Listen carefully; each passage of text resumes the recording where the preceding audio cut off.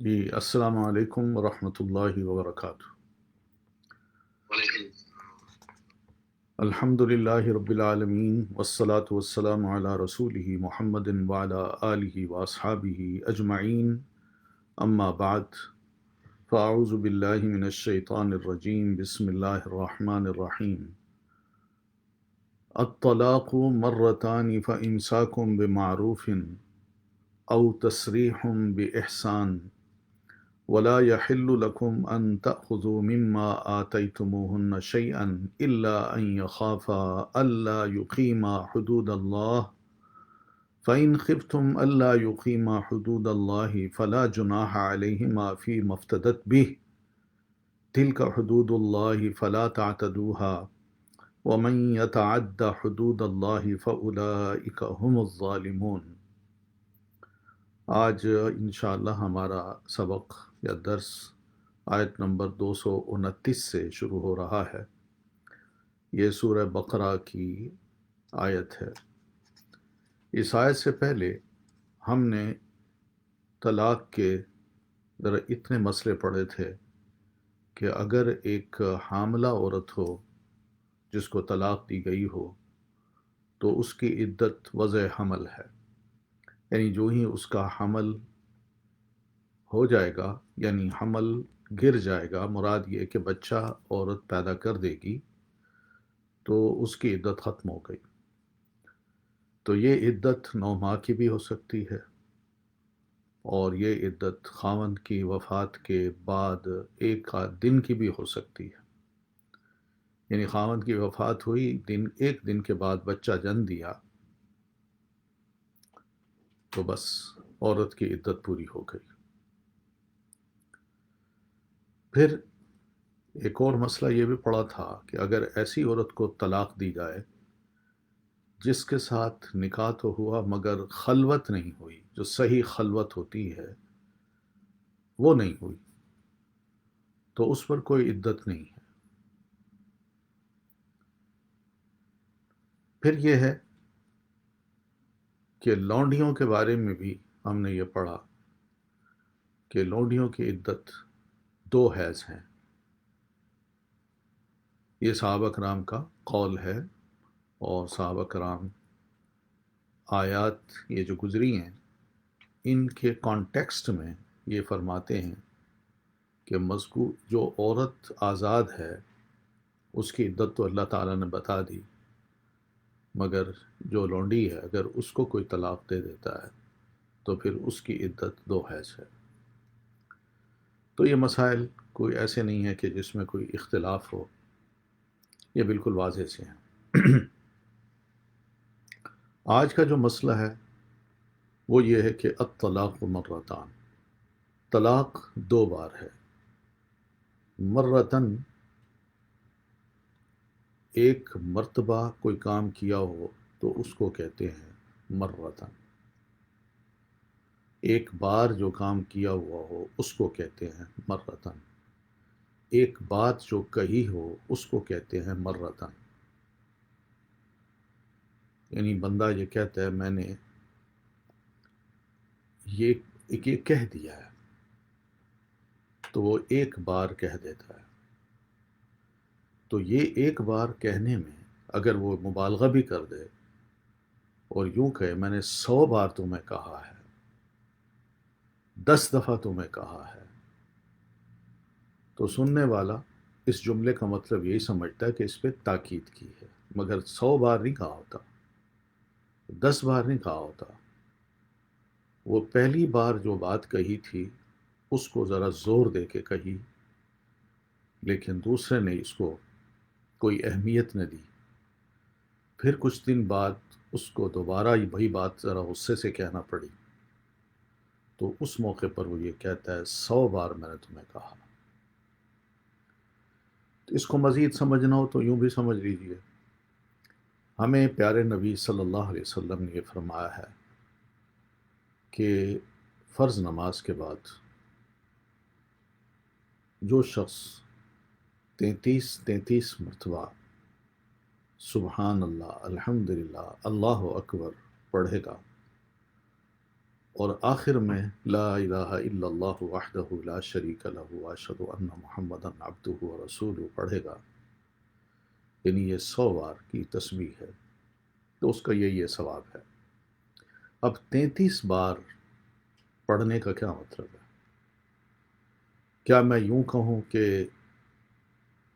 سبحان اللہ 33 بار، الحمدللہ 33 بار، اللہ اکبر 33 بار، کیا اس کو تسبیح کہتے ہیں؟ یا یوں کہیں گے کہ سبحان اللہ سبحان اللہ سبحان اللہ سبحان اللہ، انگلیوں پہ کاؤنٹ کریں گے، اور جب 33 بار ہو جائے گا تو پھر سمجھیں گے کہ یہ 33 بار کہا گیا ہے، 33 بار یہ تسبیح کی گئی ہے۔ تو یہ مرہ کا مطلب ہے۔ تو الطلاق مرتان، طلاق 2 بار ہے، 2 مرتبہ ہے، جس کا مطلب یہ ہے کہ پہلی طلاق جب دی، طلاق دینے کا ایک طریقہ ہے، طلاق جب دی جائے تو ہوش و حواس سے، غصے سے نہیں، اور عموماً ہمارے ہاں غصے میں ہی طلاق دی جاتی ہے۔ معاملات جو ہے نا وہ بگڑ رہے ہوتے ہیں، اور اس پر مزید بگاڑ شیطان یہ چڑھا دیتا ہے یا پیدا کر دیتا ہے کہ 2 طلاق اس کو۔ تو اس طلاق کا علم، طلاق دینے کا علم ایک مرد کو ہونا چاہیے کہ میں جو فیصلہ اب کرنے لگا ہوں وہ فیصلہ اب ایسا ہے کہ یہ خاندان اب الگ ہو جائے گا، میں اپنی بیوی سے اور بیوی مجھ سے آزاد ہو جائے گی، اور یہ آزادی کچھ اس طرح کی ہو کہ جس کو منہ سے یہ لفظ کہہ کے بعد میں پچھتاوے کا سبب نہ بنے۔ اس لیے یہ ہوش کے ساتھ طلاق دینا ہے۔ طلاق مطلب یہی ہوتا ہے کہ دوسرے کو آزاد کرنا، یعنی مرد اپنی بیوی کو اپنے نکاح سے آزاد کرنا چاہتا ہے، تو اس کا ایک طریقہ یہی ہے کہ لفظ طلاق بول دیا جائے یا بیوی کو طلاق کہہ دی جائے۔ تو یہ لفظ جب منہ سے نکلتا ہے تو اس کے لیے یہ شرط نہیں ہے کہ انسان مسلمان کوئی جوش میں ہو، ہوش میں ہوتا ہے، جوش میں بھی ہوتا ہے، اور اسی جوش میں آ کے وہ طلاق دے بیٹھتا ہے۔ جس جوش کو وہ غصہ کہہ دیتا ہے بعد میں، تو یہ جوش میں یا غصے میں، مگر ہوش کے ساتھ جب یہ طلاق دی گئی اور بیوی کو یہ کہہ دیا تو وہ طلاق ہو جاتی ہے۔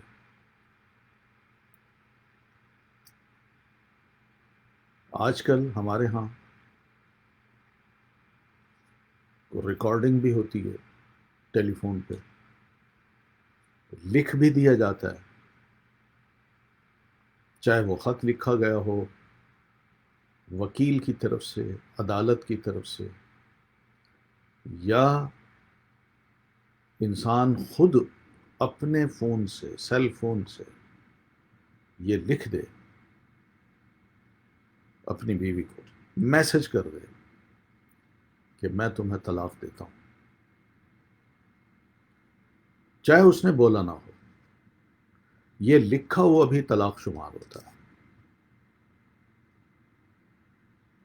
اور جب ایک بار طلاق دے دی جاتی ہے وہ کبھی ختم نہیں ہوتی، وہ باقی رہتی ہے۔ اس طلاق کی، ایک بار طلاق دینے کی ایک خوبی یہ ہے کہ بندہ جب ایک بار طلاق دے بیٹھتا ہے تو اس کے بعد وہ سوچتا ہے، ہوش میں آ کے ذرا سوچتا ہے، اس سوچنے پر اس کا خیال یہ بنتا ہے کہ شاید میں نے غلطی کی، مجھے ایسا نہیں کرنا چاہیے تھا۔ تو وہ نادم ہو کے رجوع کر لیتا ہے،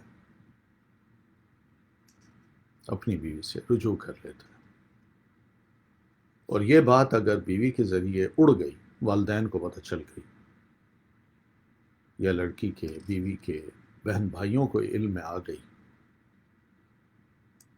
تو اس کا ایک طریقہ پھر یہی ہے کہ سب کے سامنے بیٹھ کے انسان یہ کہہ دے کہ مجھ سے غلطی ہوئی، میں آئندہ نہیں کروں گا، میں رجوع کرنا چاہتا ہوں، تو رجوع کر لے۔ اور اگر آپس میں بھی بیٹھ کے بندہ رجوع کر لیتا ہے اپنی بیوی سے، تو وہ بھی رجوع ہو جاتا ہے، بشرطے کہ یہ لفظ ضرور کہے کہ میں نادم ہوں، مجھے ایسا نہیں کرنا چاہیے تھا، آئندہ یہ نہیں کروں گا، بس۔ لیکن آئندہ یہ نہیں کروں گا کہ کہنے سے جو طلاق کا جو ٹھپا ہے، داغ ہے، یا لفظ جو کہہ دیا گیا ہے، وہ باقی رہتا ہے، وہ ختم نہیں ہوتا، جس کو انگلش میں کہتے ہیں شاید نلیفائی نہیں ہوتا، وہ باقی رہتا ہے۔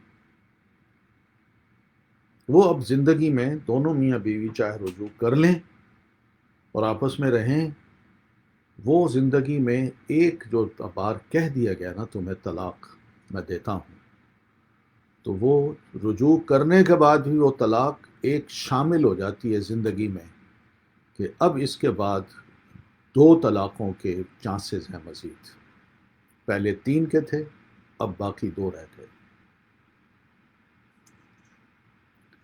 طلاق دے دی ہوش کے ساتھ اور پوری سمجھ کے ساتھ، جوش کے ساتھ طلاق دے دی، اب اس کے بعد خیال آیا کہ مجھے رجوع کرنا چاہیے، تو رجوع بندہ کر لیتا ہے۔ پھر اس کے بعد کوئی ماحول ایسا بنتا ہے کہ میاں اپنی بیوی کو پھر طلاق دے دیتا ہے، پھر رجوع کر لیتا ہے، تو یہ ہے الطلاق مرتان۔ یعنی اس کو مذاق نہ بنایا جائے کہ طلاق دے دی پھر رجوع کر لیا اور یہ سمجھا پچھلی طلاق ختم ہو گئی، اور پھر طلاق دے دی پھر یہی سمجھا کہ پچھلی طلاق ختم ہو گئی، پھر طلاق دیتا جائے رجوع کرتا جائے، طلاق دیتا جائے رجوع کرتا جائے۔ یہ جاہلی دور کا کام تھا۔ آپ صلی اللہ علیہ وسلم کی آمد سے پہلے اپنی بیویوں کو تنگ کرنے کے لیے، ان کو ذلیل کرنے کے لیے ان کے ساتھ اسی قسم کا معاملہ کیا جاتا تھا، اور بات پھیلا بھی دی جاتی تھی کہ میں نے تو اس کو طلاق دے دی، پھر رجوع کر لیا، گویا کہ اس کی زندگی ایک اذیت والی زندگی ہو جاتی، جس سے وہ بہت تنگ تھی کہ میرا کیا مقام ہے، میں مطلقہ بھی ہوں، میں شوہر والی بھی ہوں، اور میرا شوہر جب چاہے موڈ میں آ کے رجوع بھی کر لے اور جب چاہے مجھے طلاق بھی دے دے۔ کیا یہ مرد اس قابل ہے کہ اس سے محبت کی جا سکے؟ یا یہ مرد اس قابل ہے کہ اس پر اعتماد کیا جا سکے؟ تو اللہ تعالیٰ نے یہ مسئلہ بالکل واضح کر کے بتایا کہ الطلاق مرتان، بیوی کو نقصان مت پہنچاؤ، آپ طلاق دے دیجئے، اور ایک بار دے دی، پھر اس کے بعد عدت پوری ہونے سے پہلے رجوع کرنا ہے تو کر لو، اور پھر اس کے بعد جب دوسری طلاق دیتا ہے اور عدت ختم ہونے سے پہلے پھر بندہ رجوع کر لیتا ہے، بس اتنا تو موقع ہے، اس کے بعد کا نہیں ہے۔ اور تیسری دفعہ منہ سے جو ہی یہ لفظ کہا جو اگلی آیت میں آ رہا ہے، پھر رجوع کرنے کا موقع بھی نہیں ہے، اور عورت کے لیے اپنے اس خاوند کو خاوند کہنا بھی حرام ہے، یہ اب خاوند نہیں ہے۔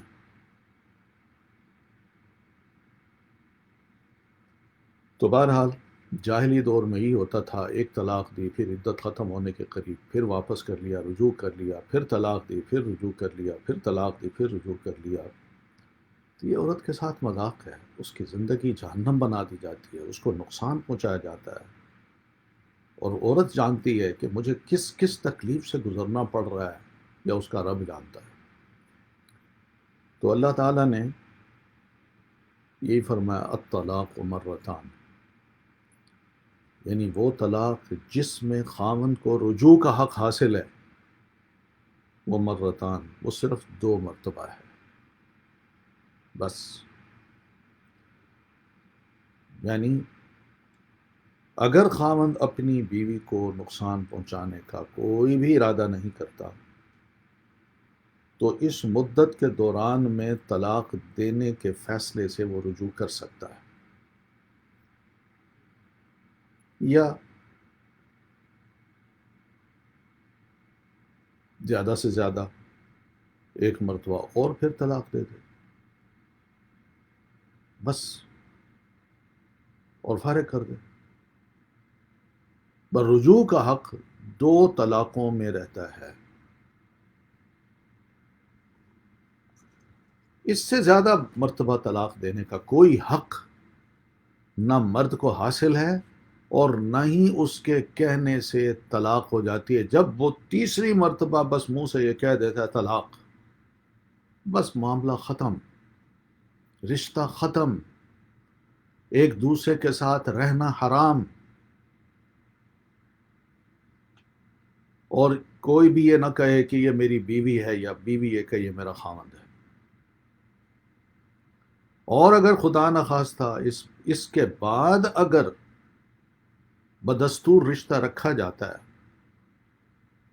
یہ حرام تعلق ہے، اور اس کے نتیجے میں پیدا ہونے والی جو اولاد ہے، بندہ خود سوچ لے کہ وہ کیسی اولاد ہے۔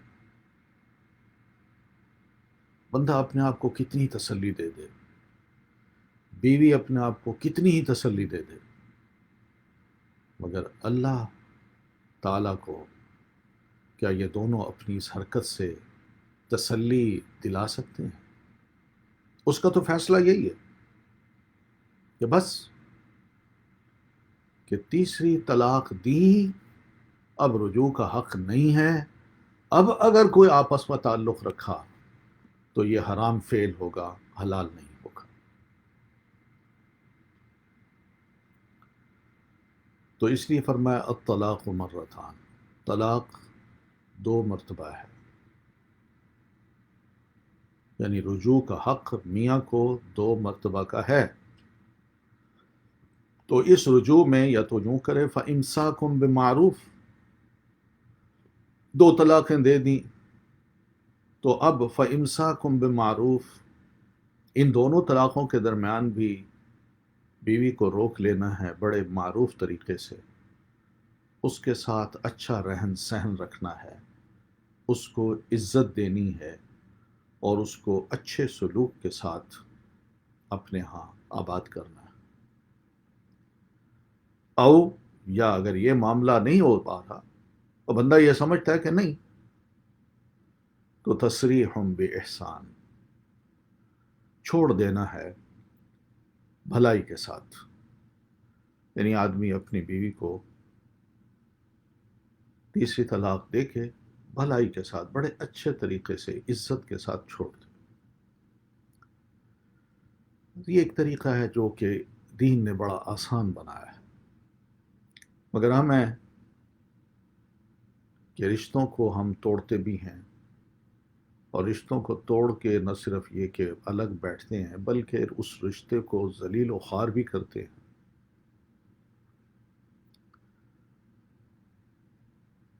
مقدمے بازی ہوتی ہے، لڑائیاں ہوتی ہیں، اور اس مقدمے کو توڑ دیا جاتا ہے۔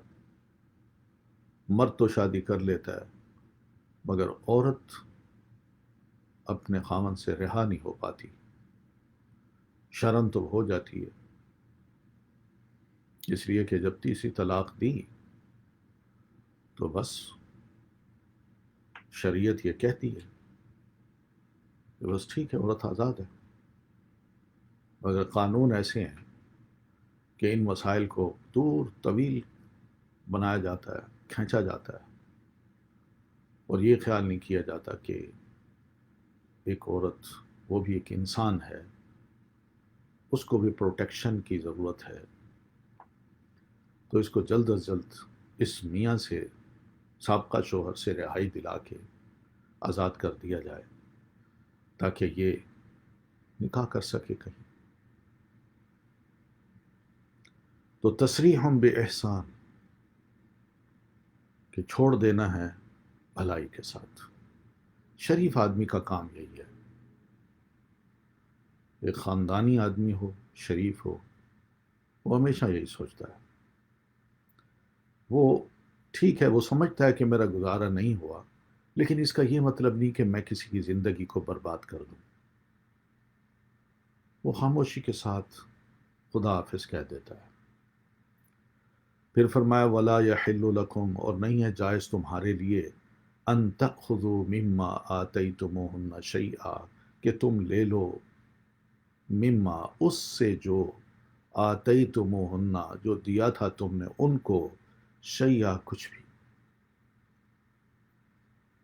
یہ جو ہے یہ حق المہر کی طرف اشارہ ہے، ان گفٹس کی طرف اشارہ ہے جو شادی کے موقع پر یا نکاح سے پہلے بیوی کو دیے جاتے ہیں، کہ یہ کپڑے ہیں، یہ سونا ہے، یہ زیور ہے، یہ بطور گفٹ کے بیوی کو دیے جاتے ہیں۔ یا شادی کے موقع پر سال گزرتا ہے تو انسان کو خوشی کر کے، خوشی کا اظہار کرتے ہوئے اپنی بیوی کو کوئی انگوٹھی، کوئی ہار، کوئی سونا دے دیتا ہے، یہ گفٹ ہے۔ تو حق المہر جو دیا ہے وہ بھی، اور جو گفٹ دیا ہے وہ بھی، اس کے بارے میں ہی فرمایا کہ تمہارے لیے جائز ہی نہیں کہ تم جو دے چکے ہو اپنی بیویوں کو وہ واپس لو۔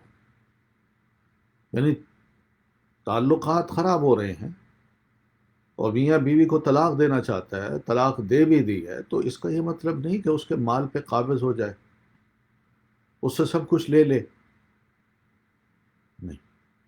وہ جو شے اس کی ہے وہ اس کا ہے، وہ بیوی کا ہے، میاں کا نہیں ہے۔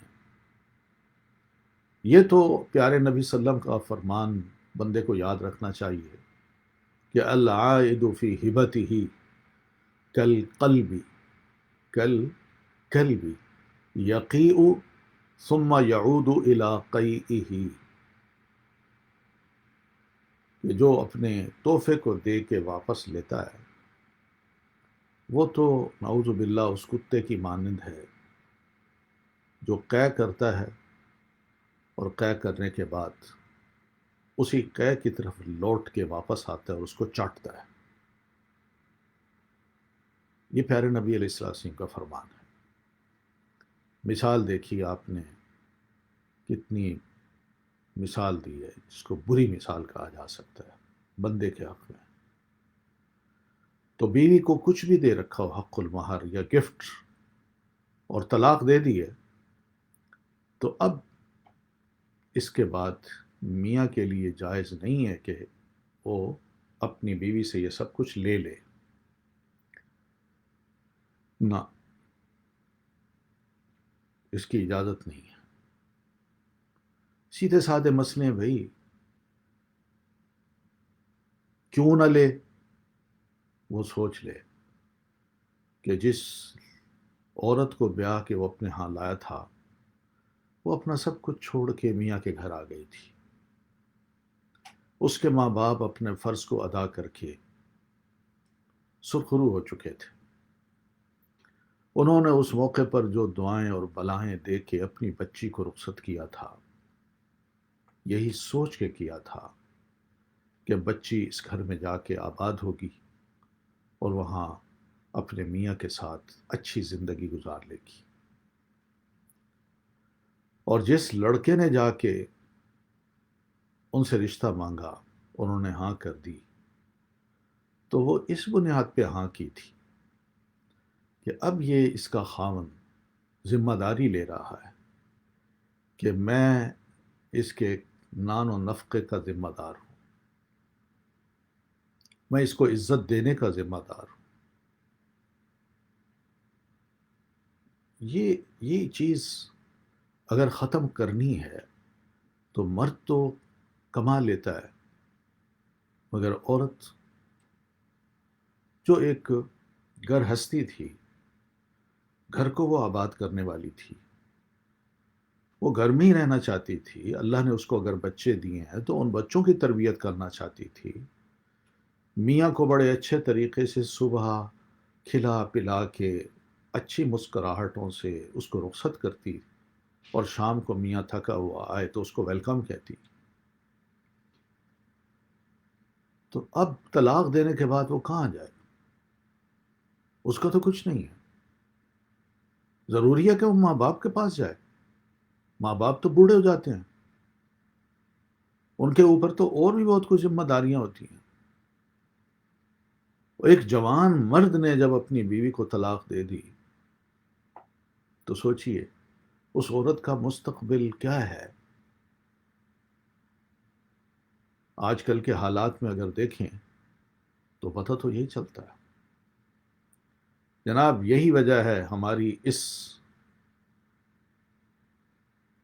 ہمارے اس غلط رویے کا یہی نتیجہ ہے کہ آج ایک مسلمان عورت اپنے آپ کو غیر محفوظ سمجھتی ہے شادی سے پہلے ہی، اس لیے وہ یہی چاہتی ہے کہ میں کچھ پڑھ لوں، کچھ ڈگری لے لوں، کچھ جاب کرنے کے قابل ہو جاؤں، اور خدا نخواستہ اگر کل کو میرے میاں کے ساتھ میری انبن ہوتی ہے تو میں کم از کم اپنے پاؤں پہ کھڑی تو ہو سکوں۔ ورنہ دین تو مرد کو مرد سمجھتا ہے کہ وہی ذمہ دار ہے، وہ سمجھتا ہے کہ میں مرد ہوں اور میں نہیں یہ سارے کام سنبھالنے ہیں، میری بیوی میرے گھر کی رونق ہے، میرے گھر کی ملکہ ہے، بس۔ لیکن جب اس طرح کے سلوک ہوں کہ سب کچھ لے بھی لیا جائے اور بیوی کو گھر سے نکال بھی دیا جائے تو کتنا بڑا ظلم ہے۔ قرآن مجید نے یہ ظلم بیان نہیں کیا، مگر حقیقت یہ کہ جاہلی دور میں یہی کچھ ہو رہا ہوتا تھا۔ نہ اس کو طلاق دینی ہے، نہ اس کو آباد کرنا ہے، نہ اس کے ہاتھ میں کسی دولت کا معمولی سا سرمایہ دینا ہے۔ تو فرمایا وَلَا يَحِلُّ لَكُمْ، تمہارے لیے بالکل جائز نہیں کہ أَن تَأْخُذُوا مِمَّا آتَيْتُمُوهُنَّ شَيْئًا، کہ تم لے لو اس چیز سے جو تم نے ان کو دے رکھا ہو، کچھ بھی۔ یہ مما کا مطلب یہ ہے کہ جتنا بھی دیا اس میں سے کچھ بھی نہیں لے سکتے، سارا تو بعد کی بات ہے نا۔ جو اس کو گفٹ کیا تھا، جو لکھ کے دیا تھا کہ میں اتنا حق المہر دوں گا، تو اس میں سے کچھ بھی نہیں لے سکتے، سارا تو الگ بات ہے، وہ تو بڑی بات ہے۔ تو یہ مسئلہ بھی ہمیں سمجھنا چاہیے۔ ہمارے ہاں جو مسائل ہیں خاندانوں کے آپس کے جھگڑے کے اور مقدمے بازی کے، ان کی بنیاد یہی ہوتی ہے اور کچھ نہیں۔ جھوٹ بول کے، وہ لڑکی والے بھی ایسے کرتے ہیں، جھوٹ بولتے ہیں، میاں پر الزام لگا دیتے ہیں کہ اس کو ہم نے اتنا سونا دیا تھا، اتنا کچھ دیا تھا، لیکن وہ تھا جھوٹ ہے۔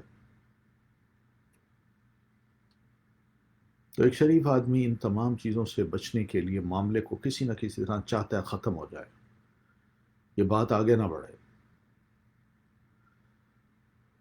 الا ان یخافا، ہاں کہ دونوں ڈریں، اللہ یقیما حدود اللہ، کہ وہ نہ قائم رکھ سکیں گے اللہ کی حدود کو۔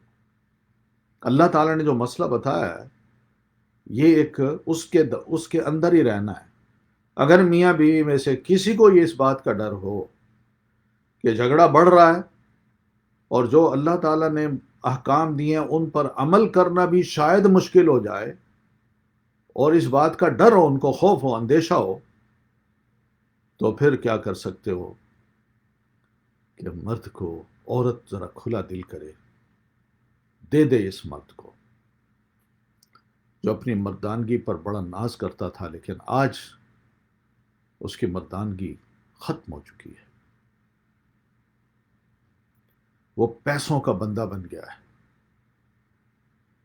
وہ عزت نہیں چاہتا کہ اللہ اس کو عزت دے۔ تو یہاں اگر ڈر ہو تو فتنے سے بچنے کے لیے، کیسز سے بچنے کے لیے، لڑائی جھگڑے سے بچنے کے لیے، محلے میں یا معاشرے میں یا ماحول میں ذلیل و خوار ہونے سے بچنے کے لیے کیا کیا جا سکتا ہے کہ لینا ہے تو لے لو، یعنی بیوی کو سمجھائے اس کو دے دو۔ فَإِنْ خِفْتُمْ أَلَّا يُقِيمَا حُدُودَ اللَّهِ، پھر اگر تمہیں ڈر ہو کہ یہ دونوں اللہ کی حدود کو قائم نہ کر رکھ سکیں گے، یعنی اللہ تعالیٰ نے جو یہ مسئلہ بتایا ہے اس کے بعد بھی ان کے دماغ میں کچھ اور ہے، وہ کہتے ہیں شریعت کو ایک طرف کرو، قانون کو میں دیکھ رہا ہوں، قانون تمہیں اجازت نہیں دیتا، اور قانون کے ہاتھ اتنے لمبے ہیں کہ وہ اس معاملے کو لٹکا بھی سکتا ہے۔ میں تو شادی کر لوں گا مگر تم ذلیل و خوار ہوگی، تم میں سے کوئی بھی شادی نہیں کر سکے گا، معاملے کو میں نے اتنا لٹکانا ہے کہ طلاق کو 10 10 15 15 سال تک لے جانا ہے آگے، تب جا کے تمہارا مسئلہ حل ہوگا، ورنہ نہیں ہوگا۔ اگر اس طرح کا ڈر ہو تو فلا جناح علیہما، تو نہیں ہے کوئی گناہ ان دونوں پر، فی مفتدت بھی، اس میں سے جو فدیے میں دے دے عورت وہ مال، یعنی خلا کے لیے، جان چھڑانے کے لیے عورت اگر اپنا مال، وہ جو میاں مطالبہ کرتا ہے کہ میں نے تمہیں عقل مار دیا تھا، میں نے تمہیں فلاں موقع پر یہ زیور دیا تھا، یا تمہارے اکاؤنٹ میں نے اتنے پیسے جمع کرائے تھے، یا تمہارے اکاؤنٹ میں اتنے پیسے جمع ہیں، مجھے دو،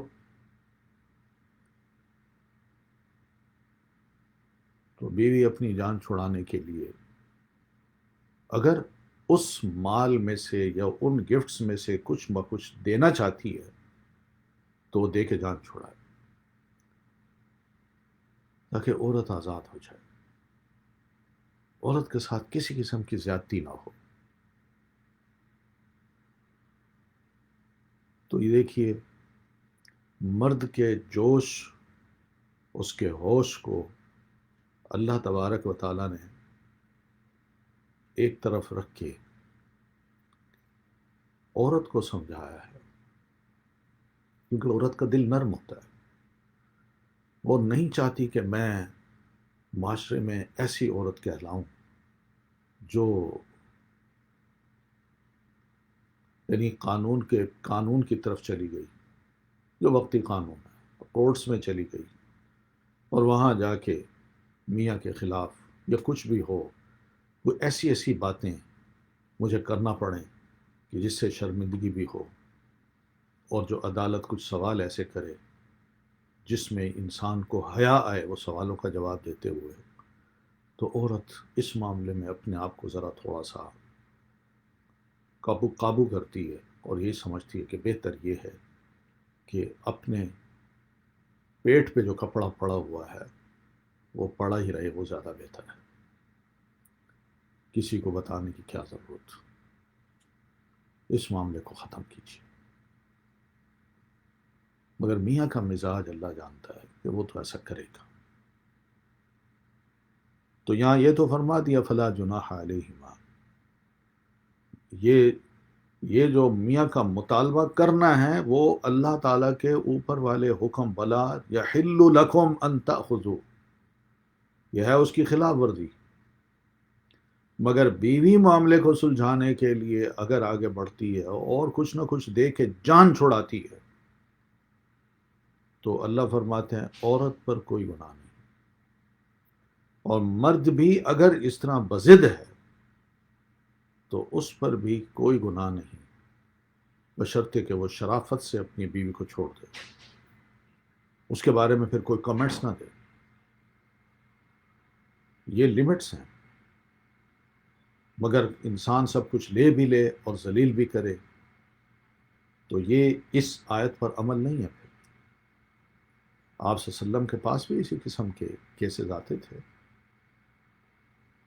ایک خاتون نے تو آپ نے فرمایا اس نے تمہیں باغ دیا تھا حق المہر کے طور پر، کیا تم واپس کر دو گی؟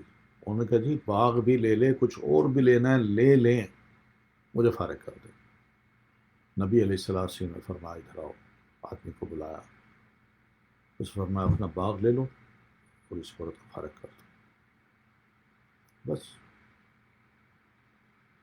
آسانی سے، بس اتنے عدالت کا بھی فرض بنتا ہے کہ وہ اس معاملے کو جتنی آسانی سے حل کر سکتی ہے وہ کرے، نہ کہ اس معاملے کو طول دے کے اپنی غلط آمدنی کا ایک ذریعہ بنا لیا جائے کہ جس میں جھوٹ ہو، جس میں دھوکہ ہو، جس میں ایک دوسرے پر الزامات ہوں، اور جس کو طویل یعنی لمبا عرصہ دے دیا جائے، اور پھر اس میں جھگڑے کے کوئی پہلو ایسے نکال لیے جائیں کہ وکیل مسلسل جھگڑتے رہیں اور مسئلہ حل نہ ہو. دین یہ نہیں چاہتا. مختصر سی عمر ہے، اگر ایک جگہ نہیں بنی تو کوئی بات نہیں، بندہ دوسری طرف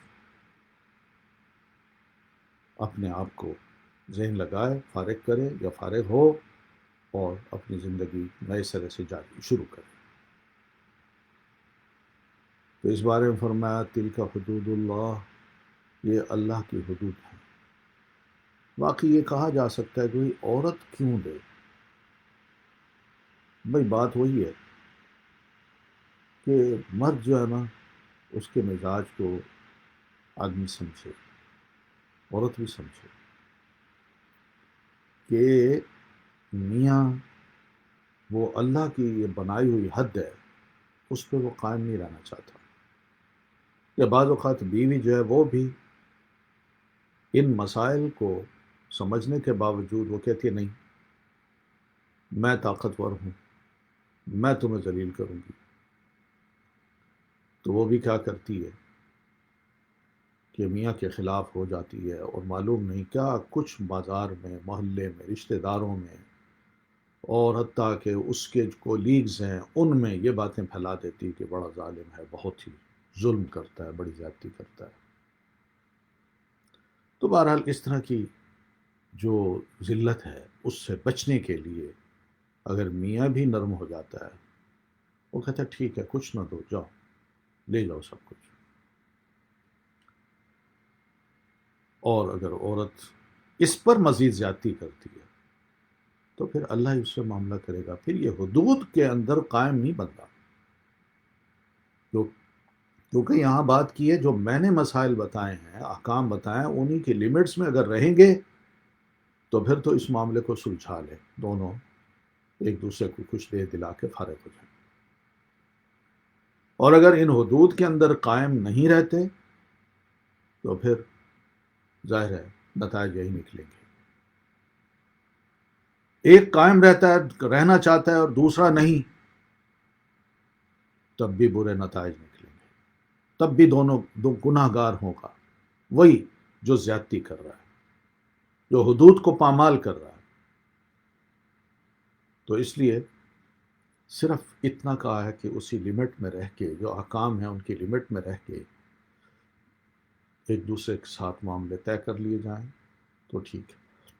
ورنہ تلک حدود اللہ، یہ اللہ کی بتائی ہوئی قائم کردہ حدیں ہیں، یہ وہ احکام ہیں جو اللہ تعالیٰ نے تمہارے لیے شریعت بنا دیے ہیں، اور یہ حکم دیا ہے کہ تم انہی پر ہی عمل کرو.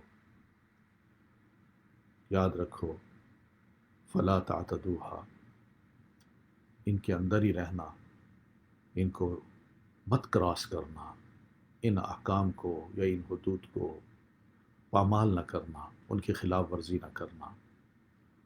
لیکن وَمَن يَتَعَدَّ حُدُودَ اللَّهِ، اور جو بھی اللہ کے بتائے ہوئے ان احکام کی حدوں سے تجاوز کرے گا فَأُولَٰئِكَ هُمُ الظَّالِمُونَ، تو یہ لوگ ظالم ہیں. یعنی اللہ تعالیٰ نے جو جائز قرار دیا، حلال تھا جو، اس سے تجاوز کر کے وہ حرام کی حدود میں داخل ہو جائے تو یہ ہے وَمَن يَتَعَدَّ حُدُودَ اللَّهِ، یعنی جو چیز اللہ تعالیٰ نے حلال ٹھہرائی وہ اس کے لیے کافی نہیں، اتنا تو کر لے، کافی ہے، کیوں کراس کر رہا ہے ان لمٹس کو، ان احکام کو کیوں نہیں مانتا؟ تو فَأُولَٰئِكَ هُمُ الظَّالِمُونَ، ایسے لوگ ظالم ہیں۔ یہ ظلم علماء لکھتے ہیں کہ 3 قسم کے ہیں۔ ایک تو یہ کہ وہ معاملات جو اللہ تعالیٰ نے اپنے اور بندے کے درمیان رکھے ہیں، یعنی بندے اور اللہ کے درمیان جو معاملات ہیں ان میں انسان ظلم کرے، ان کی پرواہ نہ کرے۔ کس کو ناراض کر رہا ہے؟ اللہ تعالیٰ کو۔ یہ ظلم ہے جو انسان اپنے اوپر کرتا ہے۔ اور دوسرا یہ ہے کہ فَأُولَٰئِكَ هُمُ الظَّالِمُونَ، اللہ کے احکام کو چھوڑ کے اپنے احکام یا رائج احکام جو بالکل اللہ تعالیٰ کے ان احکام کے خلاف ہیں ان کو مانتا ہے، تو یہ بھی بہت بڑا ظلم ہے۔ کہ مجھے نہیں چاہیے نہ قرآن کی بات نہ حدیث کی بات، میں اپنی مرضی کروں گا، یا میرا جو قانون ہے وہ یہ کہتا ہے، کر لے۔ کیا ہے، کتنا عرصہ یہ دوسرے پر ظلم کر سکتا ہے، مگر بعد میں تو اس کے نتیجے بھگتنے ہیں نا۔ اور اللہ تعالیٰ تو پھر ایسے ظالموں کو دنیا میں بھی یہ وہ نتائج دکھا دیتا ہے۔ پھر تیسرا ظلم یہ ہے جو بندوں کے ساتھ معاملہ ہوتا ہے، اس میں انسان زیادتی کرتا ہے، یعنی میاں کا بیوی کے ساتھ یا بیوی کا میاں کے ساتھ جو معاملہ ہے وہ حل طلب ہے، وہ حل ہو سکتا ہے، مگر کہتا نہیں مجھے یہ نہیں چاہیے، میں نے اس کو سبق چکھانا ہے، میں نے اس کو ذلیل و خوار کرنا ہے، تو یہ بھی ایک ظلم ہے۔ تو اس لیے اللہ فرماتے ہیں فَأُولَٰئِكَ هُمُ الظَّالِمُونَ۔ یہ سب حقوق العباد ہیں جن کو ہم پامال کر دیتے ہیں۔ اللہ تعالیٰ، یاد رکھیے، ایک شرک کو اور دوسرا حقوق العباد کو کبھی معاف نہیں کرے گا۔ یہ اللہ تعالیٰ کے قانون ہے۔ جب تک ایک دوسرے سے بدلہ نہ دلوا لے، یوم الدین جس کو کہتے ہیں، وہ بدلے کا دن ہے بھائی۔ جب تک اللہ تعالیٰ نے وہ بدلہ نہیں دلوا لینا، ان بندوں کے درمیان ان کو کبھی بھی اطمینان نصیب نہیں ہو سکتا۔ اور جب تک جب بدلہ دلوائے گا تو پھر اندازہ ہوگا کہ دنیا میں جو زیادتی کی ہے اس کے نتائج کتنے بھیانک ہیں اور بھگتنے پڑ رہے ہیں۔ تو اللہ ہی جانتا ہے کہ کب تک وہ یہ سزا دے، اپنی اس کی مشیت اور حکمت پر مبنی یہ سارے فیصلے ہوں گے۔ لیکن ظالموں کو، جو لوگوں کے حقوق کو پامال کرتے ہیں، ان کے ساتھ زیادتی کرتے ہیں، تو وہ حق جو ہے نا وہ اللہ تعالیٰ نے بہرحال قیامت کے دن دلوانا ہے۔ حدیث سنی ہوگی آپ نے کہ روز قیامت رب کے حضور ایک صاحب آئیں گے جنہوں نے بڑی نمازیں پڑھی ہوں گی، بڑے حج کیے ہوں گے، بڑے تہجد پڑھے ہوں گے، بہت صدقہ و خیرات کیا ہوگا، لیکن دوسری طرف لوگوں کے ساتھ زیادتیاں کی ہوں گی، کسی کو مارا ہوگا، کسی پر ظلم کیا ہوگا، کسی کا مال کھایا ہوگا، کسی پر غلط الزامات لگائے ہوں گے، اور اس میں یہ میاں بیوی بھی آئیں گے جن کے کیسز بجائے حل ہونے کے بڑھ جاتے ہیں اور اس کو طول طویل بنایا جاتا ہے۔ تو یہ کیسز چونکہ ظلم پر مبنی ہوتے ہیں، ایک دوسرے پر زیادتی پر مبنی ہوتے ہیں، یہ کیسز بھی آئیں گے۔ تو اللہ تعالیٰ نے ہی کچھ کرنا ہے۔ کہ ایک کا حق دوسرے کو دلوانا ہے تو یہی ہوگا کہ اس کی نیکیاں مظلوم کو دے دی جائیں گی، اور ابھی اس کا ظلم باقی ہوگا، نیکیاں اس کی ختم ہو جائیں گی، تو اللہ اس مظلوم کے گناہوں کو اس پر لاد دے گا اور اس کو جنت میں بھیج دے گا، اور اس نمازی کو، روزے دار کو دوسری طرف چل بھائی۔ یہ انصاف ہے۔ تو پتہ کیا چلا کہ میں اگر کسی کا حق مارتا ہوں، حقوق و العباد میں کسی کا بھی کوئی حق مارتا ہوں، یقین مانیے میری نماز اللہ کے ہاں قبول نہیں ہے، میری زکوٰۃ اللہ کے ہاں قبول نہیں ہے، میرا حج اللہ کے ہاں قبول نہیں ہے۔ بظاہر میں کر رہا ہوں عبادتیں، مگر لوگوں کو جب حق مارتا ہوں اور کسی پر الزام لگاتا ہوں، تہمتیں لگاتا ہوں، جھوٹ بولتا ہوں اس کے خلاف، کیسز بناتا ہوں اس کے خلاف، تو سوچئے ایک دوسرے کی زندگی تو برباد کرنے کی بندہ سوچ لیتا ہے، مگر خود برباد ہو رہا ہے۔ اللہ تعالیٰ کو ایسی نیکیاں پسند نہیں ہیں۔ تو اس لیے میاں بیوی کو آپس میں معاملات کو اسی طرح اگر حل کریں گے تو مسئلے حل ہو جائیں گے، اور معاشرے میں سکون ہوگا، زندگی میں بھی سکون آ جائے گا، ورنہ ہم فساد پھیلانے کے بھی باعث بنیں گے، ہم مفسد بنیں گے۔ تو 2 بار طلاق دے دی، اب اس کے بعد منہ بند رکھنا ہے، طلاق کا لفظ منہ سے نہیں نکالنا۔ اور یہ ایک حقیقت ہے کہ جس بندے نے ایک بار طلاق دے دی تو پھر اس کی زبان رکتی نہیں ہے، الا ہے کہ اللہ چاہے تو وہ دوسری بار بھی طلاق دے دیتا ہے، اور دوسری بار طلاق دینے کے بعد جتنی قسمیں کھائے، جتنا یقین دلائے، جتنا کانوں کو پکڑے کہ نہیں آئندہ نہیں کروں گا، سوال ہی پیدا نہیں ہوتا، میں نے بہت کچھ سیکھ لیا ہے، وہ تیسری بار بھی دے بیٹھتا ہے۔ ایک دفعہ زبان پہ ایک لفظ آ جائے تو یہ بولنا بڑا آسان لگتا ہے، آدمی کا پارا چڑھتا رہتا ہے کہ پہلے دے چکا ہوں، اب بھی دے دوں، فارغ کروں اس کو۔ پھر سوچتا ہے کہ نہیں، بچے ہیں، گھر ہے،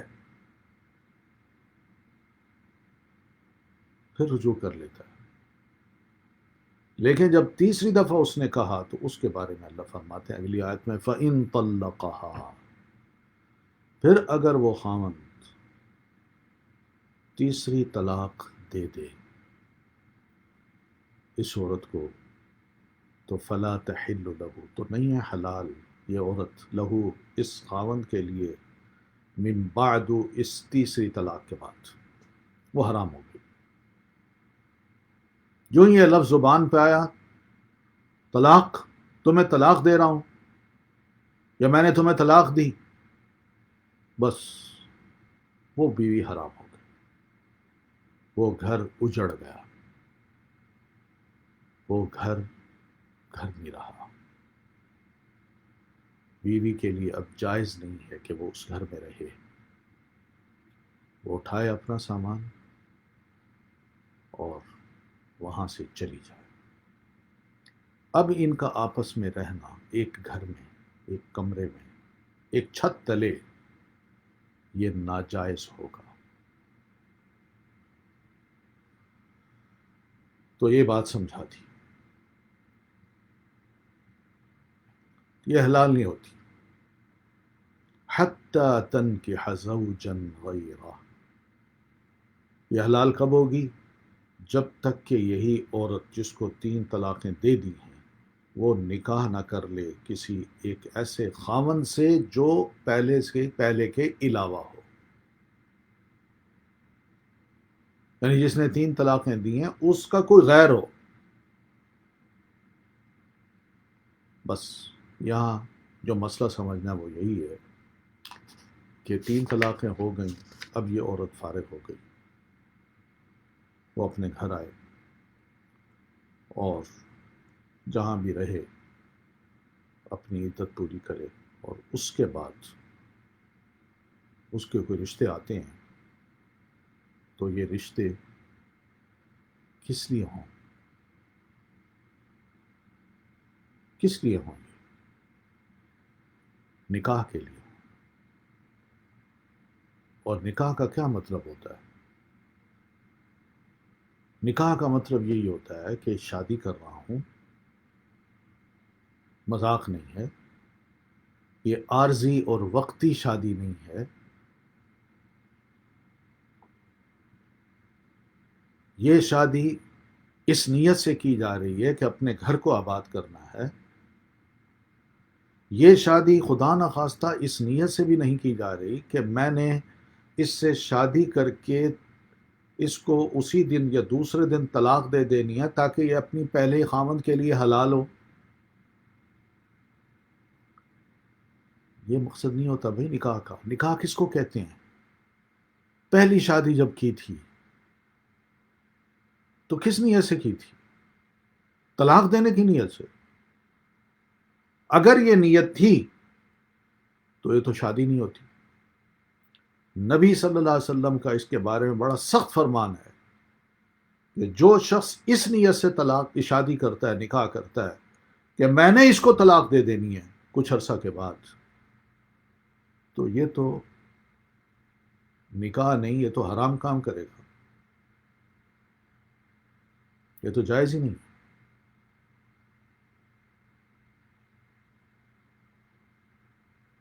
تو اسی وجہ سے ہمارے دین میں یہ وقتی جو شادی ہے اسی نیت سے کرنا، جس کو ہم متعہ کہہ دیں یا حلالہ کہہ دیں، یہ حرام ہے۔ نبی صلی اللہ علیہ وسلم نے فرمایا کہ جو شخص ایسی عورت سے اس لیے نکاح کرتا ہے کہ میں اس کو دوسرے کے لیے حلال کر دوں، یا کوئی بندہ اپنی اس عورت کو کہتا ہے کہ میرے لیے حلال ہو جاؤ اور فلاں سے حلالہ کر لو، تو آپ فرماتے ہیں یہ بندہ جو ہے نا، یہ بندہ جو اس عورت سے نکاح اسی نیت سے کر رہا ہے کہ میں نے اس کو طلاق دے کے پہلے خاوند کے لیے حلال کرنا ہے، تو آپ فرماتے ہیں التیس المستعار، بڑے سخت لفظ ہیں، سنے نہیں جاتے، کرائے کا سانڈ ہے یہ۔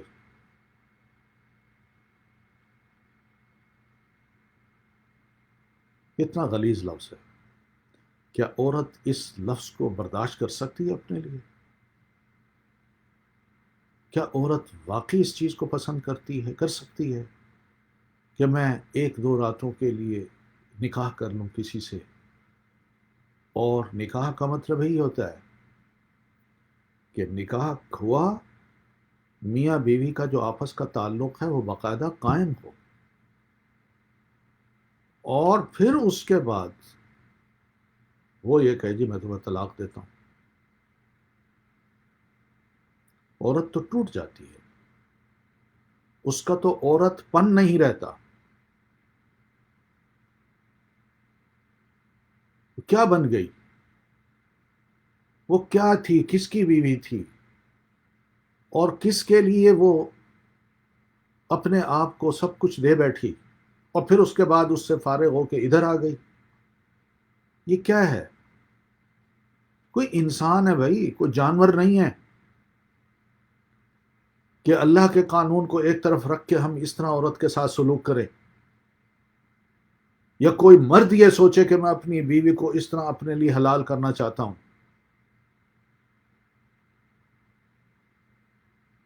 اور یہ تو بڑی عجیب بات ہے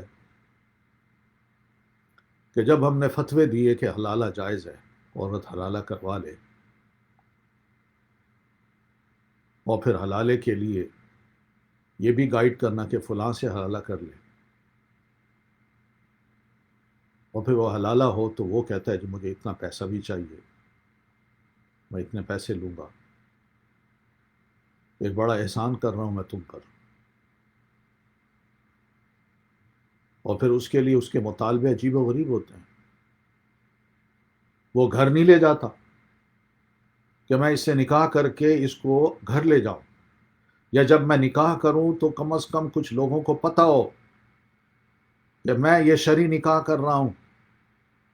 اور لوگ اس کے گواہ ہوں اور عورت دلہن بنے اور اس کو اس کی سہیلیاں مبارکباد دیں، یہ چیزیں نہیں ہوتی.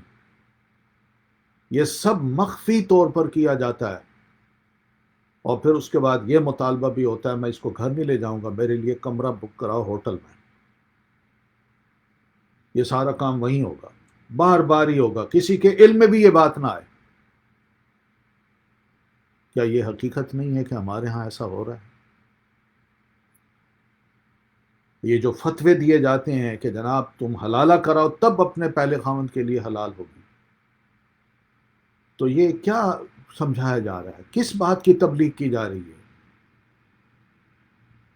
یہ حلالہ سینٹر جب بنیں گے تو اسی وجہ سے تو بنیں گے.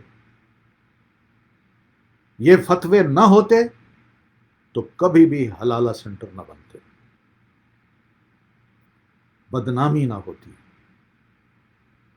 ذلت اور خواری نہ اٹھانی پڑتی، نہ عورت کو، نہ مردوں کو، اور نہ ہی فتوے دینے والوں کو.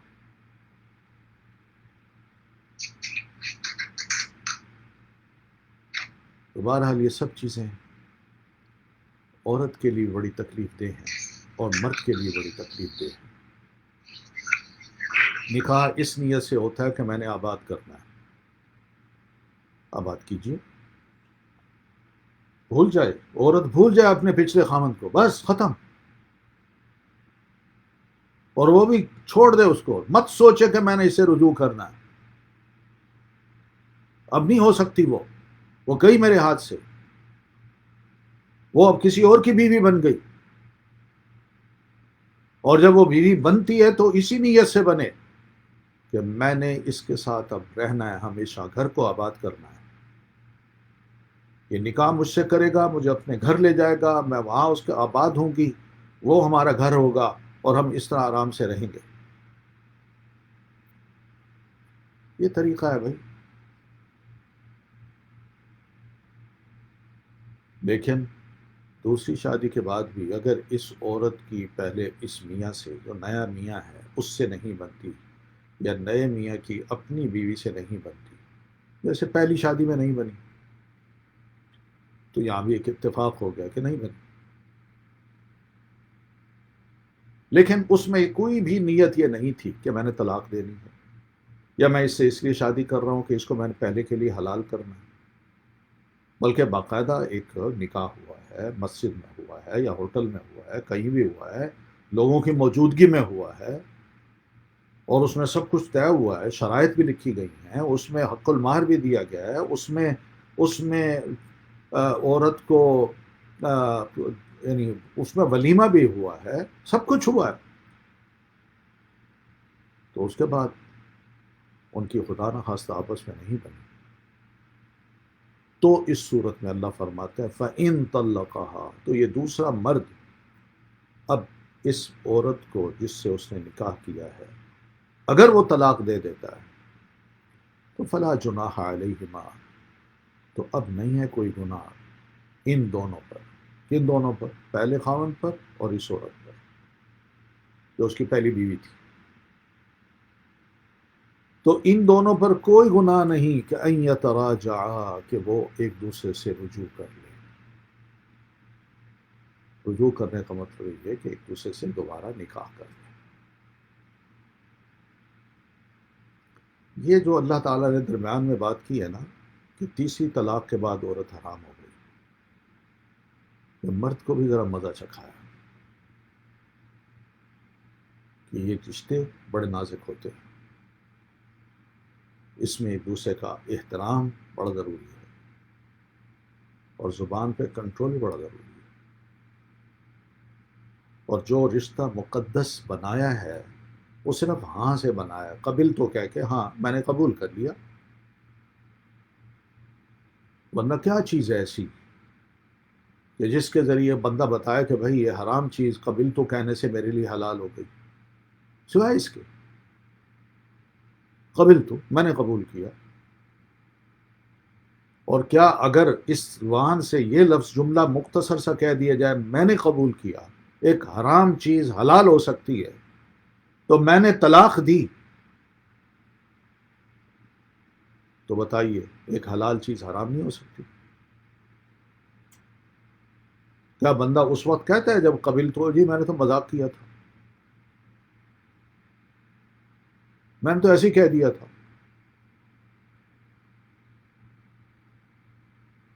لیکن جب طلاق دے بیٹھتے تو کہتے جی میں نے تو مذاق میں کہی تھی بات، میں نے تو ایسے کہہ دی تھی، میری تو نیت ہی نہیں تھی۔ لفظ جب کہہ دیا ہے طلاق کا تو نیت ہو نہ ہو وہ طلاق ہو جاتی ہے۔ ہاں، اگر یوں کہ تم فارغ ہو گئی ہو چلی جاؤ اپنے گھر، تو یہ جملے بعض اوقات کھٹکتے ہیں بیوی کو، کیا مطلب آپ کا؟ تو یہ کیا مطلب کا مطلب یہ کہ مجھے بتاؤ تمہاری نیت کیا تھی؟ تو اب میاں کی نیت پر ہی ڈیپینڈ کرتا ہے کہ وہ یہ جملہ بول کے کیا چاہتا تھا۔ کیا غصہ جھاڑنا چاہتا تھا؟ کیا وہ طلاق دے رہا تھا؟ جو میاں کہے گا القول قول الرجل، یہاں بات مرد کی سنی جائے گی، عورت کی نہیں سنی جائے گی۔ مرد بتائے گا کہ بھائی میں نے جو کہا ہے میری نیت یہ تھی، اور اگر اس کی نیت یہی تھی کہ میں نے بس غصہ جھاڑا ہے، یہ کیا ہے، آباد رہے گی عورت، ورنہ وہ اپنی نیت کو بتا دے گا۔ چھپاتا ہے تو اللہ بہتر جانتا ہے، پھر اس کا معاملہ اللہ تعالیٰ سے ہے، عورت کے لیے کوئی فکر کی ضرورت نہیں۔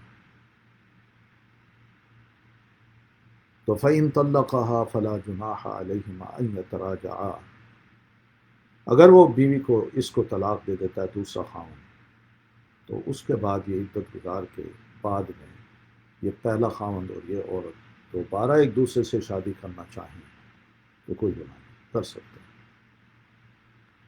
اور تبھی تو چلے نا مرد کو کہ طلاق دی ہے تو عورت کو اب آباد کرنے کا طریقہ کیا ہے۔ پہلے جو آسان طریقہ تھا اس کو اختیار نہیں کیا، اس کی ناقدری کی، ناشکری کی، دونوں میں سے کسی ایک نے، اور پھر اس کے بعد جب بیوی واپس آئی دوسرے سے طلاق لے کے، تو مرد کو پتہ چلتا ہے کہ عورت ہوشیار بھی ہو چکی ہے، سمجھدار بھی ہو چکی ہے، یہ پہلے بھی مجھے جانتی تھی، دوسرے مرد کو بھی جان کے آ گئی ہے، اور اب اس کے ساتھ معاملہ جو چلنا ہے تو وہ ذرا دھیان سے چلنا ہے۔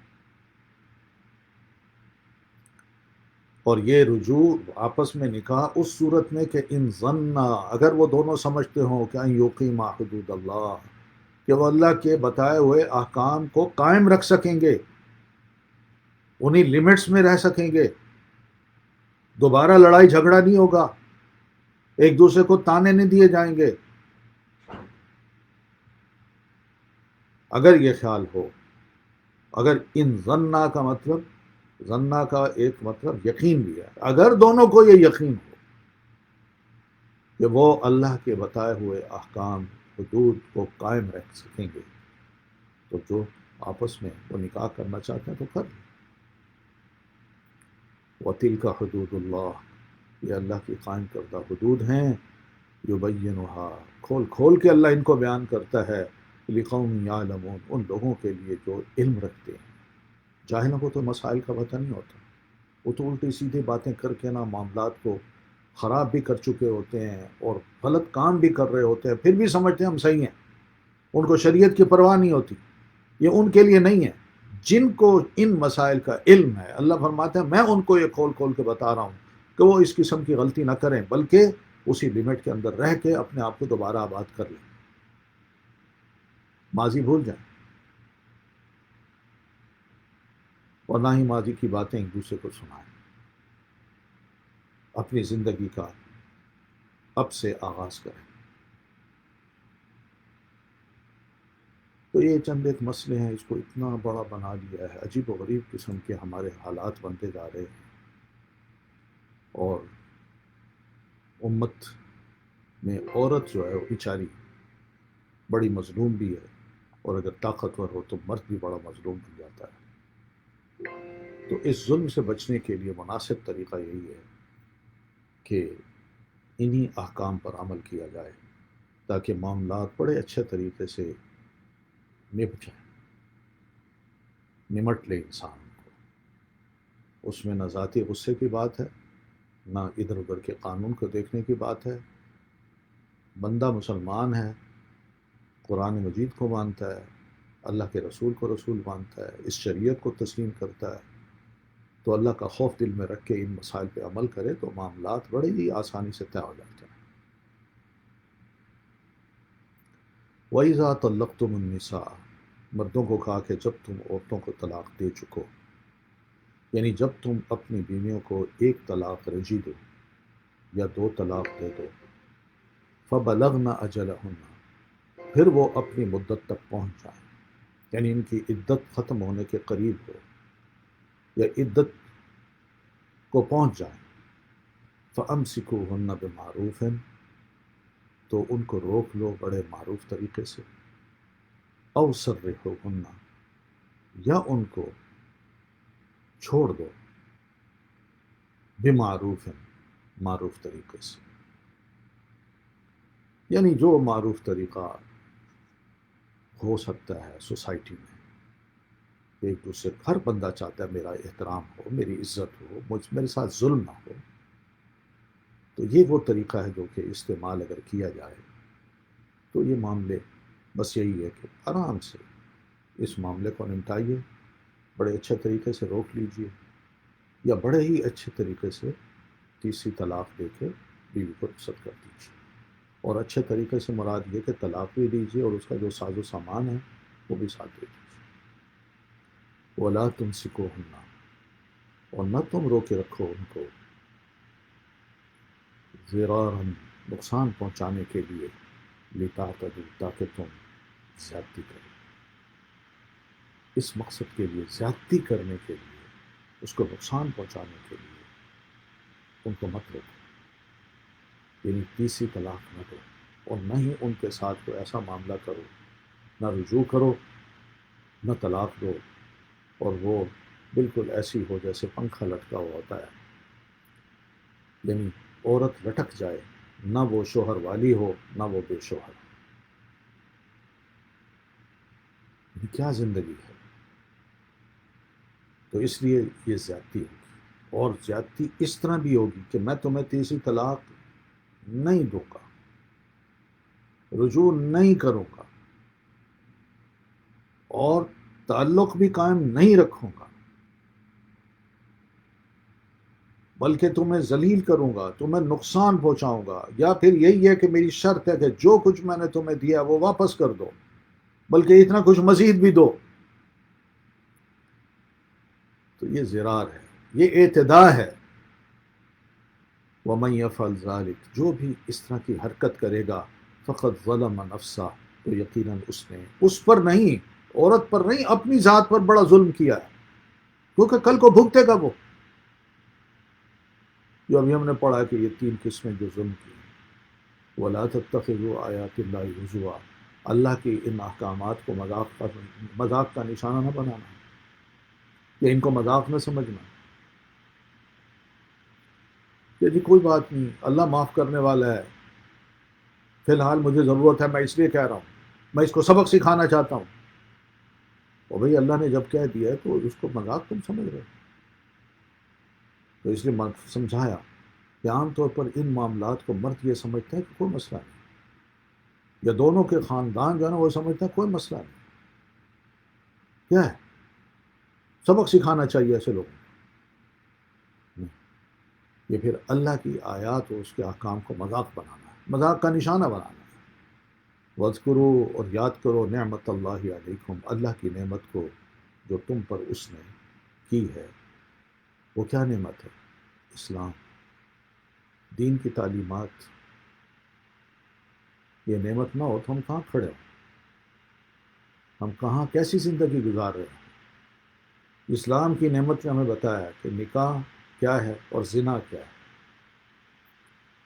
جب بندہ اسلام کو ہی نہ سمجھے تو اس نے نکاح اور زنا میں کوئی فرق کرنا ہے؟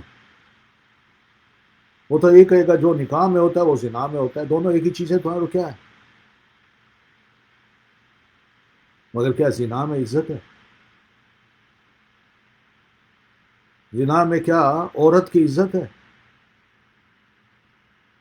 اور نکاح میں انسان عورت کو عزت دینا چاہتا ہے۔ اسلام یہ چاہتا ہے کہ خاندان آباد ہو، اور دونوں میاں بیوی کے درمیان محبت ہو، دنیا کو پتہ ہو کہ ان دونوں کی شادی ہوئی ہے، دونوں خاندانوں کے علم میں ہو، اور یہ محبتیں پیدا ہوں، خاندان آپس میں جڑے، ورنہ زنا میں کون کسی کو جانتا ہے؟ یہ جو اوپر نیچے سے عجیب و غریب قسم کے ادھر ادھر تعلقات رکھے جاتے ہیں، یہ کیا ہے؟ یہ اللہ کی نعمت ہے؟ یہ اللہ کی طرف سے ایک سزا ہے۔ اگر شادی کے بعد بھی مرد اپنی بیوی کو چھوڑ کے کسی اور عورت سے تعلق رکھتا ہے، یا عورت اپنے خاوند کو چھوڑ کے کسی اور مرد سے تعلق رکھتی ہے، تو بتائیے کہ پھر ایک مسلمان اور غیر مسلم میں فرق کس چیز کا ہے؟ دنیا یہ کر رہی ہے۔ اگر ہم بھی یہ پسند کرتے ہیں تو چھوڑیے اسلام کو، کیا ضرورت ہے اسلام کا لیبل لگانے کی؟ اسلام تو یہ نہیں چاہتا۔ اپنی ان حرکتوں سے ہم اسلام کو کیوں بدنام کریں؟ وَاذْكُرُوا نِعْمَتَ اللَّهِ عَلَيْكُمْ، جو کفر سے اور شرک سے وہاں سے گزر کے اسلام میں آیا ہو تو وہ اسلام کی قدر کرتا ہے کہ واقعی بڑی قربانی دینا پڑی ہے مجھے اسلام کو قبول کرنے کے لیے۔ وہ قدر کرتا ہے، وہ اس کو نعمت سمجھتا ہے۔ اس لیے صحابہ کرام کو یہ باتیں اللہ تعالیٰ نے قرآن مجید میں جب یہ سمجھائیں تو واقعی وہ اسلام کو نعمت سمجھنے لگے کہ جاہلیت کا دور جو تھا ہمارا وہ کتنا اذیت والا تھا، لا قانونیت تھی، بس اپنی ضد اور ہٹ دھرمی یہی قانون تھا،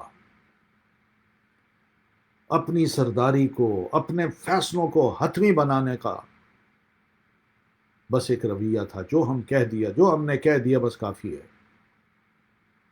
اور اگر انکار کر دیا تو رجوع ہو ہی نہیں سکتا مرتے دم تک۔ اسلام نے آ کے بتایا کہ بھئی دل کو نرم کرو، چھوڑو ان باتوں کو، اللہ کو مانو، اللہ کو جب تسلیم کر لیا تو اس کا حکم مانو۔ اور جنہوں نے حکم مانا ہے دیکھیے کیسی ان کی لائف ہو گئی۔ وما انزل علیکم من الکتاب والحکمہ، اور اس نعمت کو بھی یاد کرو جو اللہ تعالیٰ نے کتاب کی صورت میں تمہیں نازل کی، تمہیں عطا کی، اور حکمت کی باتیں بھی تمہیں سمجھائیں۔ یہ حکمت کی باتیں کیا ہیں؟ نبی علیہ السلام کے ارشادات، آپ کا عمل، آپ کا رویہ اپنی بیویوں کے ساتھ، بیویوں کے خاندانوں کے ساتھ، اور پھر اگر خدا نخواستہ کسی کو طلاق دینا بھی پڑ گئی تو بڑے اچھے طریقے سے دے دی، کچھ نہیں کہا اس کو، بس اس نے جب تھوڑی سی بات ایسی کہی جو انتہائی ناگوار تھی اور اس نے خود کہا کہ میں آپ سے بچنا چاہتی ہوں، آپ نے فرمایا ٹھیک ہے یہ لو جاؤ گھر، بس رخصت کر دیا اس کو، کوئی لڑائی نہیں، کوئی جھگڑا نہیں، چلی گئی۔ لیکن جنہوں نے آباد ہونا تھا انہوں نے بھوکا پیاسا رہ کے بھی، فاقے پر گزارا کر کے بھی، پیٹ پر پتھر باندھ کے بھی نبی صلی اللہ علیہ وسلم کے ساتھ گزارا کیا اور وفا کی۔ عزت ان کو ملی جو آباد ہو گئی۔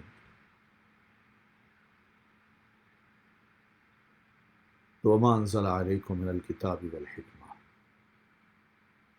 یہی کتاب اور حکمت کی جو باتیں ہیں نبی علیہ السلام کے ارشادات کی، آپ کے عمل کی، آپ کے اسوہ حسنہ کی، اللہ تعالیٰ یعظکم بھی، تمہیں اسی کی نصیحت کرتا ہے کہ اس چیز کو، اس نعمت کو تم نے قابو میں رکھنا ہے، اسی پر عمل کرنا ہے، اسی میں تمہاری خیر ہے، اسی میں تمہیں وہ کھوئی ہوئی چیز جس کی تم تلاش میں رہتے تھے شادی سے پہلے، وہ اللہ تعالیٰ تمہیں نصیب کر دے گا۔ محبت پیدا ہوگی، خاندان آباد ہوگا، عزت ہوگی، احترام ہوگا۔ یعظکم بھی، اللہ تمہیں اس کی نصیحت کرتا ہے۔ نصیحت کس کی جاتی ہے؟ دوسرے کی خیر خواہی ہوتی ہے۔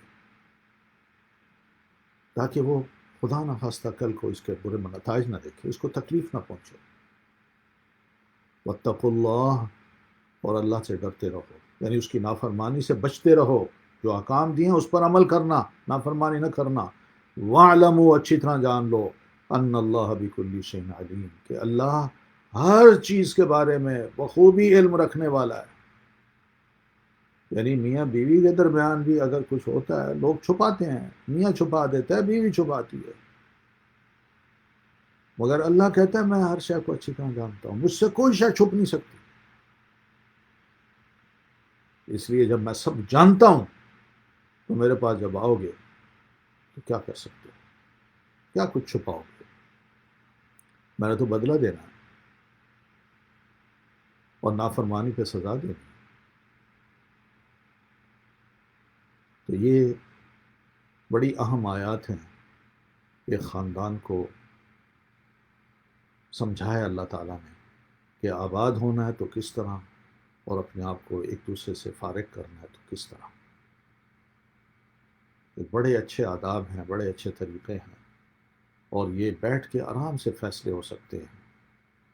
دونوں خاندان کے افراد آپس میں بیٹھ جائیں، بیٹھ کے آرام سے یہ فیصلے کر لیں بغیر کسی غصے کے، معاملے کو حل کر دیں، بس ٹھیک ہے، علیحدہ ہو جائیں۔ نکاح کرنا ہے تو عورت کا نکاح بھی چھپ کے نہ کرے، یا عورت کبھی جرت نہ کرے کہ میں نے چھپ کے نکاح کرنا، کسی کو پتہ ہی نہ چلے۔ ہمارے ہاں یہ بڑے جرائم ہوتے ہیں کہ 3 طلاقیں بھی ہو جاتی ہیں، مگر دونوں میاں بیوی یہ طے کرتے ہیں کہ ہم نے کسی کو بتانا ہی نہیں کہ ہماری طلاق ہو گئی، اور پھر خاموشی سے حلالے کا راستہ تلاش کرتے ہیں، اور کسی کو کہنا پڑتا ہے ان کو، اور اس کے یہ مطالبے ہوتے ہیں جو میں نے ابھی آپ سے عرض کی۔ یہ میں اپنی طرف سے یہ باتیں نہیں کر رہا، یہ میرے پاس اس قسم کے بے شمار مسائل آئے ہیں، میں نے کہانیاں سنی ہیں، واقعات سنے ہیں، اور ان کو منہ پہ کہا گیا،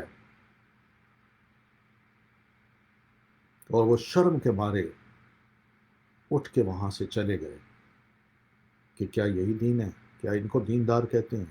اور مسجد میں بیٹھ کے ایسی باتیں کی جاتی ہیں۔ تو یہ معاملات ہیں جناب۔ اللہ تعالی ہم سب کو ان تمام رسوائیوں سے محفوظ رکھے، اور دین کے جو مسائل اللہ تعالیٰ نے ارشاد پر فرمائے ہیں ان پر عمل کی توفیق عطا فرمائے۔ اسی پر اکتفا کرتے ہیں، تو انشاءاللہ اگلے ہفتے ہم مزید کچھ مسائل ہیں طلاق کے، وہ پڑھیں گے۔ اجازت چاہتا ہوں۔ سبحانک اللہم و بحمدک، اشہد ان لا الہ الا انت، استغفرک و اتوب الیک۔ السلام علیکم ورحمۃ اللہ وبرکاتہ۔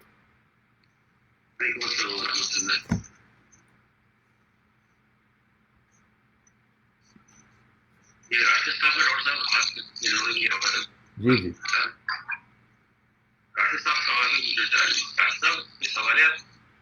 کیجیے، سوال کیجیے۔